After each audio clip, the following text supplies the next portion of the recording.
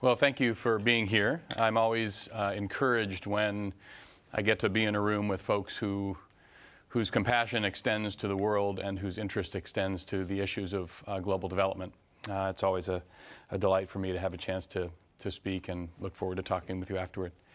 Let me spend a minute on global. We are a 15-year-old nonprofit here in Seattle. We invest in microfinance and sustainable solutions to poverty. So we currently have about $46 million invested in 30 microfinance institutions. Those are the organizations that make small working capital loans to very poor people, more than 70% of those to women in poor countries, operating in 8 nations throughout Latin America. We're a big believer that one of the most powerful global development strategies is to get economic opportunity and income in the hands of women, because across cultures around the world, what women do with that, the fruits of their labor, is they send their kids to school, they take care of health issues that are going on in their family, they do something to improve their house, and as soon as they have resources left over, they begin to be involved in community development and community leadership beyond just their own family. What our hope is to create more stories like Benigna. Benigna is the photograph on the right. She is a client of one of our partners called Crecer in Bolivia. She is 13 years into her experience with microfinance. She and her husband own a small dairy business. They have now 14 cows, so they sell the milk. That's their income generation. They also have a pig business that they've developed along the way, where they sell the meat into a market. They are able to live in a house that's brick with a metal roof and a concrete floor. They have resources to pay the school fees to send their kids to school, which is a big issue for people in the developing world.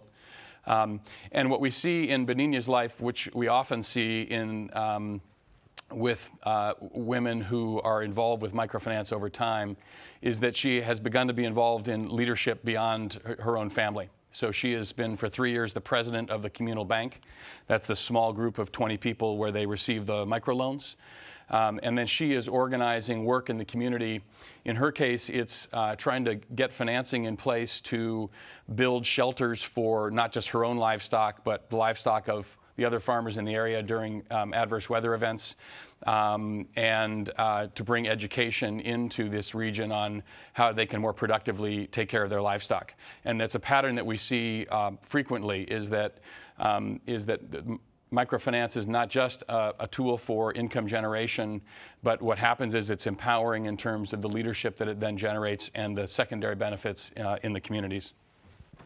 So the first thing that we do is we create social investment funds. And to do that, it's really the first way that we collaborate with the private sector, the nonprofit sector, and the public sector.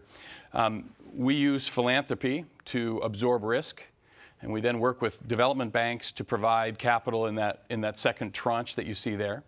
And then because we're able to absorb risk with more socially motivated capital, we can go to private capital markets, foundations, universities, and individuals, and have them put their fixed income capital into a fund.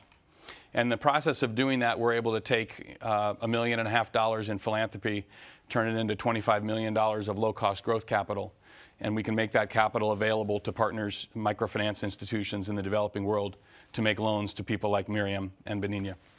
And as a result, we have the opportunity to do other things when you're delivering the microcredit loan than just the loan. So picture, if you will, 20 women in a circle.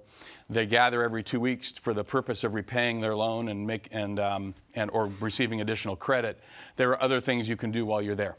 You can do education, you can provide certain types of health services, and so we work with partners that are looking to innovate in that regard.